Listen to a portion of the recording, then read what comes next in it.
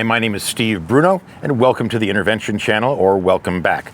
This video is about establishing your team. Now, a lot of people will assume that the team is consisting of the people who will be at the meeting where the offer is made. That's not true. Your team is your team. The people that make the offer are the people who make the offer. Those could be the same people. Often, what it is a meeting with people who are on board and who want to help resolve the problem by getting the loved one into a program, whether or not they can or will be at the meeting. One important thing to say here is that you will have people who may be a little dangerous to communicate with about doing the intervention, right? You're not going to feel comfortable telling Nancy about the intervention, even though she's going to be helpful, even though she's his girlfriend or his wife, because she will tell him about it before you guys launch. So those cases, those people I will often inform about the intervention either after the fact, or just before we go over. It depends on how dangerous the person is, or how much danger the person represents, not the person is. I'm not talking about people who are violent. I'm just talking about people who may undermine the intervention, even unwittingly. Maybe they have some misplaced loyalty to the person, in the sense that they feel like they're doing him or her a favor. Hey man, your family's planning an intervention. Like they're doing the person some good by notifying him or her. I'm your friend, man. I wouldn't let that happen to you. Well, yeah, we don't want help to occur. We don't want the person to get what they need, right? We want to be their buddy. And a lot of parents, even parents, may feel this way. So that's rare. But so you want your team, your initial planning team is going to consist of people who are on board and people who are trustworthy to keep it under wraps. You cannot allow the intervention for people to pull your sheets on having the intervention prior to your arriving at the person's house, or them arriving at your house, and you're actually pulling off the offer, because the person will not show up, or if you show up, they simply won't let you in. He or she won't let you in. So, okay. And it's also important to say that the team consists not only of the people who will be present while the offer is made, but also closers. Now, these are people who the addict respects, hopefully, people with whom the addict is very close. This could be that husband, wife, girlfriend, boyfriend, best friend that you didn't want to involve in the offer because he or she may have pulled your sheets too soon, but who, after the fact, would be trusted and would be quite able to take on a hero's role. Right? This is the position that I put those people in, to be the hero's role, to go and close the person on actually going to the program.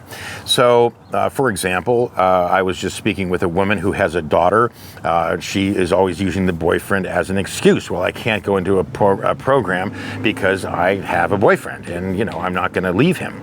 Well, what I do is I will, depending on the situation, and again, this is not something you want to try at home. If you're not experienced, buy my book. At the very minimum, call me, talk to me about the situation before you go and do something that you might regret. This is a very sensitive, it's a touchy tactic. You could have a whole list of touchy tactics. Tactics that should really only be pulled off by a professional or somebody who has a great deal of experience. But years of experience have led me to where, if I see this kind of situation, the boyfriend, she can't leave, I will have the family meet with the boyfriend, maybe just go over to his house, intercept him somewhere where the family knows he will be, and put him in a hero's role. Even if you think he got her started on drugs, forget all that. Now is not the time for resentments and grudges and accusations and all this sort of thing, even though it may be true that he started the person on drugs. You're not there to accuse him, because all you're going to do is create a situation where he and she are dug in even more, because now you have alienated him. right? If you're going to start accusing her of things. And the only thing that matters, right, is that you get your loved one, let's say it's a female, you get your loved one into the friggin' program. So you don't go accusing her boyfriend of, instigating the problem. You go and you say, look, she's obviously in love with you. We believe that you're in love with her. We're not here to interfere with the relationship. What we're here to do, and again, you may want to interfere with the relationship, but now is not the time, right? What will happen is the person will go into the program, hopefully, get cleaned up, get her condition back into a winning condition again, a good, solid condition, and realize she doesn't want to be with this guy because he's not, going to live the life that she wants to live. So that's what hopefully will happen. But in terms of the intervention itself, you want to go to the boyfriend, in this particular case, and get him, put him in a position where you say, we need you to help us, help her. Okay, we will be supportive of the relationship, even though you won't. You say, we'll be supportive of the relationship as long as, you can help us get her into the program. We promise we will stay out of the way. And look, you can visit her, even though maybe he won't be able to. You can say, look, you can visit her. You can, watch my video on secrets and lies, deception in an intervention, and to talk, or read my book. There's a chapter in there on secrets and lies, on how to sort of apply that technique. And to say, look, you can visit her. It's not going to be that long. She obviously needs help. And what we don't want is a situation where you are interfering with us trying to get her help because she's not in good shape right now. Okay, and we will stay out of the way. So you want to put him into a potential hero's role. Okay, as far as the rest of your team, you're going to have, again, people who are going to be part of the offer, and you're going to have people there at the initial meeting who may be closers, and anyone else who will be helpful in terms of putting together your timeline. This isn't just about making the offer, it's about putting together the whole friggin' timeline. So, okay, and that's about it on establishing your team. There's certainly a lot more to say on this subject. Please ask your question in the comments section so that I can expand on this idea and help answer any questions that people might have. That's what this channel is here for. You can buy my book called More Than Hope, and there's a whole section in there on establishing your team, much more expansive than this video is, or any of the videos are expanded on in the book. It's called More Than Hope.